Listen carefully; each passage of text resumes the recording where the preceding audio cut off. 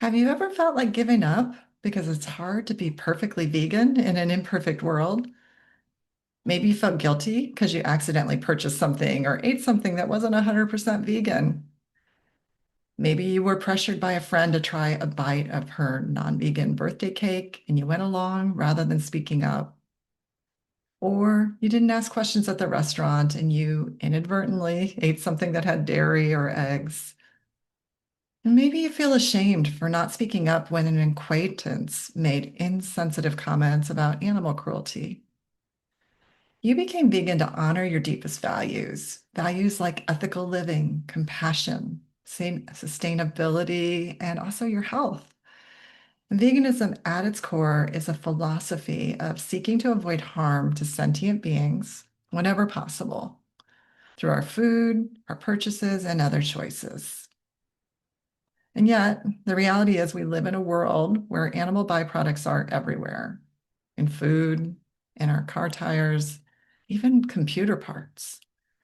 We're living vegan in a world where veganism is still the minority and where consuming animals is viewed by most people as natural and necessary. And I found that some people give up on being vegan because of the pressure to be perfect, whether that pressure comes from within or from people around them. Unfortunately, sometimes even we vegans can be very hard on ourselves or others when we or they stumble or have a setback.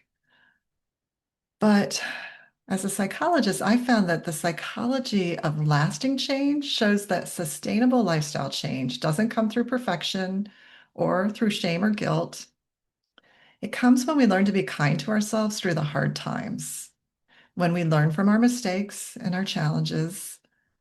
Research has shown that most people who quit smoking actually relapse 8 or more times before they quit for good. And this tendency to have setbacks and lapses is true for many types of lifestyle change.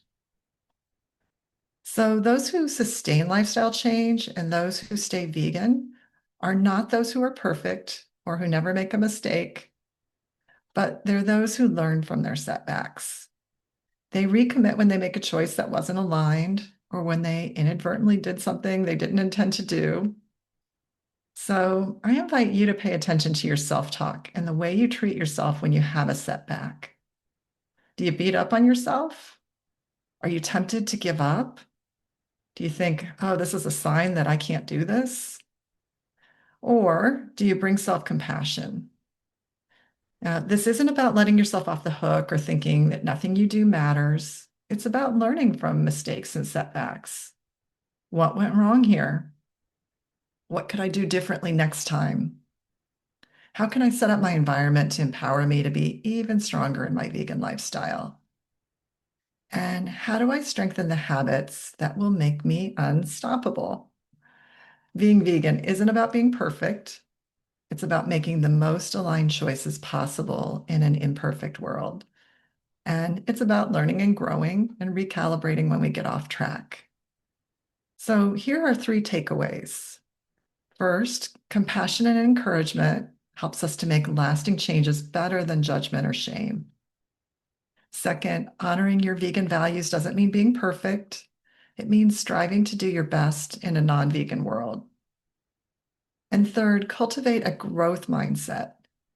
View setbacks as an opportunity to learn and recommit and come back even stronger.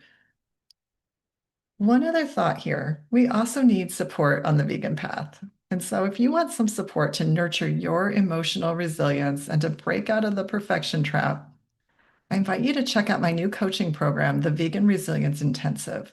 Details are in the description below, and if this resonates, I hope you'll join me.